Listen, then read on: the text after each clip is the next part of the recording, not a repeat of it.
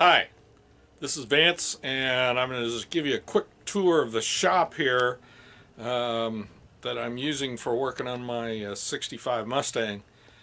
Because I'm going to try and push to get the engine in and the car running well enough to be in the July 4th parade 2017 in Tavares, Florida. So we're looking right now at the workshop.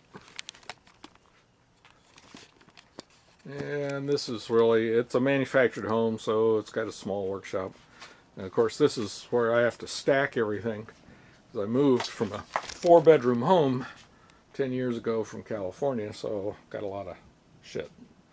Even have a PC here, an extra one to pull up documents, pictures on the Mustang, etc.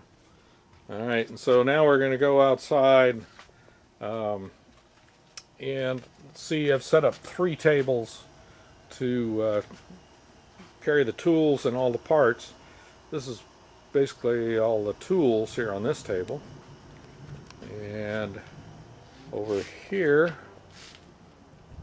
are parts, the headers, and there's the flex plate, and a lot of other stuff with parts and bags that came off of the engine.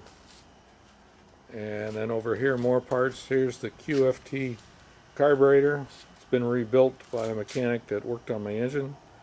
And here's other parts that were removed. This has a Paxton supercharger on it, so we've got extra serpentine belts here. I don't have the supercharger out right now.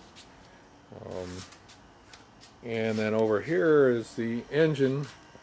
This is a built 302. It's low compression for the supercharger. It's got Edelbrock aluminum heads, Edelbrock intake manifold, an MSD distributor cap, new wires that I just got from Ford Racing, and so forth. I do have other valve covers that say Shelby GT350 on them. I'll put those on later. This has a custom oil oh, that's good. I forgot the term for it. An oil tank. Well, it's not a tank, but anyway, this is custom. It's set up with baffles inside for road racing. And I've had all this stuff in this, well, not this exact engine, because I had to get a replacement block when this is rebuilt, because the old one had some rust coming through from the inside on the piston area. And right now, some of the issues are there's a water pump that goes right there, and one of the bolts, I think somewhere one of these is broken, and so the mechanic didn't install the water pump, and I have to fix that. And then over here is the car. 65 Mustang is built in October '64, but it's considered a '65 model. It had originally a V8 289 with a 2-barrel on it and a C4 automatic transmission. I got it in 1970 after I got out of the Army, and I've since changed it over to, it went from a C4 to a 3-speed manual to a 4-speed top loader and a Hypo 289 engine, and then finally now it's got the engine you saw, which was built back in California and then just rebuilt here in Lake County. And the AOD transmission down here, it's one that's been modified or upgraded or updated by B&M, which is known for the old name B&M Hydro, and it's a 4-speed with a automatic with a overdrive. And so right now the engine compartment is all ready for me to degrease it and paint it, and so I can drop the engine in. Got new engine mounts. I found out while going to get the engine mounts, which I'll show you later, that the guy that built the prior engine and this transmission, the whole drivetrain was done in a speed shop back in California in Napa County. And he put heavier duty engine mounts on it. So when I went to the auto parts place to get new engine mounts, they brought them out and they were about half the size of the ones I had. Turns out the ones that I have, and I got replacement ones, were from a Ford 302 Bronco. So they're much heavier duty than the original ones used for the 289. And with that, and I think when I had this engine done that there should be a crossbar or support for the transmission, and I don't think that the guys that did this work put one in, because the engine, the transmission was just floating up and down, so I've got a jack under it to hold it up. Otherwise it would sag down further. And so that's about it. I have removed just about everything on the inside, and I've got it all labeled in bags with the parts, including the battery. And there was a battery tray down here that was partly rusted just from acid leaking out from a old battery, and so I've got a new battery tray I have to install also. So that's pretty much it. And this has the Shelby 10-spoke wheels. It's got the front A-arm lowered. If you look here, I'm going to zoom in. What happens is Carroll Shelby, when he made the GT350 in 1965 and 6, he dropped the lower A-arm 1 inch, and so that's what's called the Shelby drop. This one, I did this many years ago, probably in mid-1970s, and so it's worked fine. And it also has an upgraded sway bar. That's a 1 inch sway bar. And I'm trying to think. Oh, the brake master cylinder. Now originally I had a twin pot or twin reservoir master cylinder there, and I looked at Shelby's, and I think maybe I was looking at the early 65s, and they had the earlier master cylinder, which is just one big single one. Now it's much safer to have a twin reservoir type, which is what all modern cars have, and so I'm going to move back to that. I didn't realize it. I just went out and said, oh, I got to have what Shelby has, and so I went out and tracked one of these down somewhere and put it in. So I actually, these are the kind of things you do when you don't know all about cars and you don't work with them all the time. Let's see, this has, right now I think it has Gabriel shocks in it. I do have Coney's. The original GT350s had Coney adjustable shocks. I put them in all four corners of the car. They are still in the rear, but in the front, the ones there got kind of worn out, and that's after 30 years, so I replaced them with these Gabriels. But the Coney's are rebuildable, and so I can have them rebuilt, so I still have them. I may send them out and get them rebuilt. I don't know how much it'll cost, but and then I'll put them back in here. And so that's pretty much it. There's the engine hoist. And right now, one of the delights of working in a carport is in Florida is it's rainy season, and it's starting to rain. So I'll have to cover these up. I have tarps that are on the back here. All these tables, all three tables have a tarp running from the back, and I flip it over and hold it down with weights to protect these. And so one last sweep. A lot of tools. I've got all sorts of things.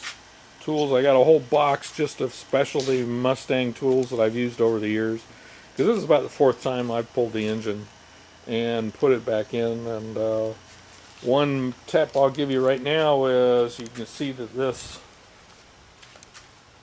engine stand is a 4-point engine stand. The cheaper ones are 3 points. Years ago when I rebuilt the Ford 289 that I had in it, I got a 3-point engine stand, and then when I was rolling it out of my garage one day, it caught on a crack, and it was top heavy, of course, with an engine on it, and it flipped over, and it hit right on the corner of the cylinder head, and I was able to pull it back up with the engine hoist, and I put it in the car, and immediately had a lot of noise coming out of it. Well, it turned out I had bent one of the rocker arms and the some of the internal components on the one corner of the one cylinder head. So I had to remove that, have it rebuilt, put it all back in, and those are the kinds of things that happen. So we'll go from there. And let's see here, anything here. That's 5-blade fan. That's not the normal fan. I have an upgraded radiator, which is not in the car right now.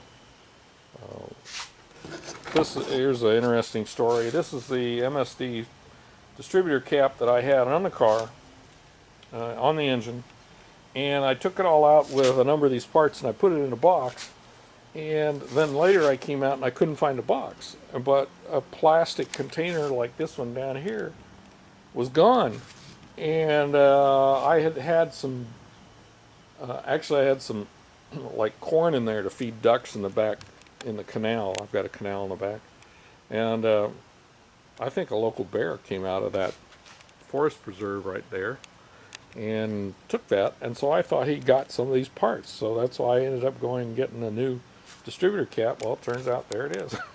I found it when I was digging through all the stuff and with the wires and everything, so I didn't need to replace that right away. Let's see, we got anything else here interesting? Fuel pump is stock. Well, it's a high performance fuel pump, but it's still stock type.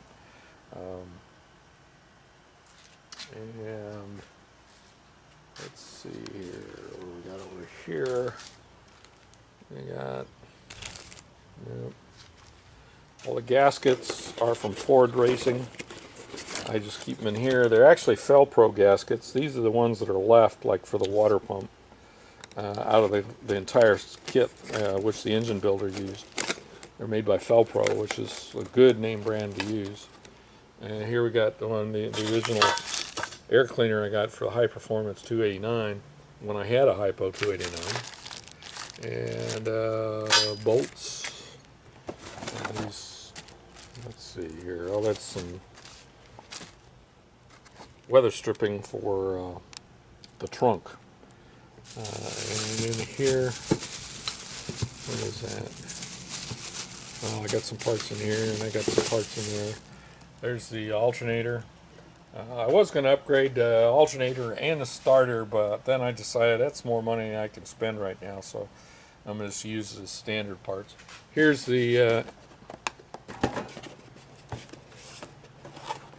well, I'll open that. Yeah, there we go.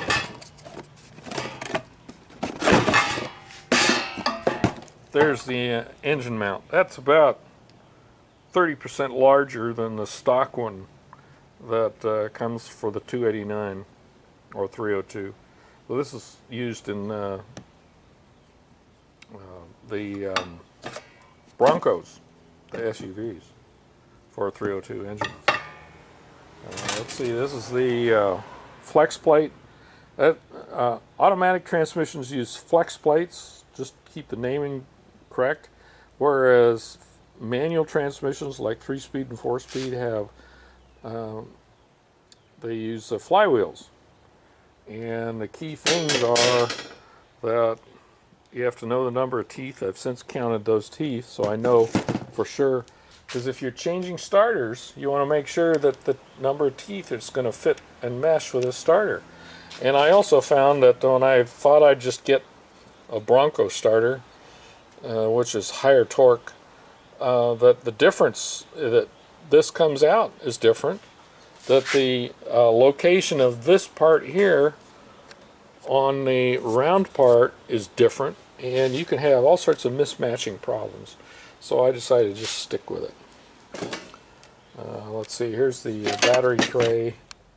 Here's the water pump that's suspect that's got a stripped bolt, I think, going into the engine, so I have to figure that out. There's part of the serpentine belt system, and there's the old engine mounts. That's what I matched up to, which is one, why you always want to save your old parts, and you want to compare them to any replacement parts that you order, because I went into the local auto parts place. Turned out none of them carried the brand name I wanted, Moog. They all had the same supplier, made them under different names. Anchor Industries apparently makes the older Mustang parts that are sold in most of the local shops. Let's see here. Okay, so yeah, I got a special bolt section to bolt this tray on. This is the battery tray. That's how it installs. And the old ones had rusted out, and so I just got all new bolts. And the headers, by the way, these are Hedman headers. I put those on probably about 1972.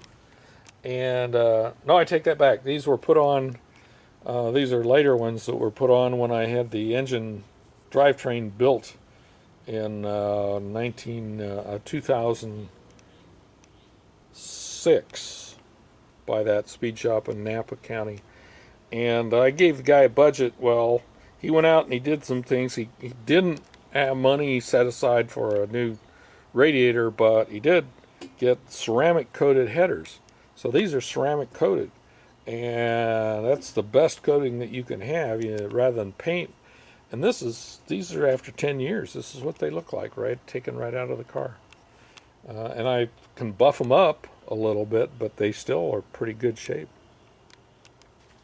All right, so that's about it. So we'll end with a shot of the Mustang. Until next time. Tomorrow is cleaning the engine bay and starting to prep the engine to drop in.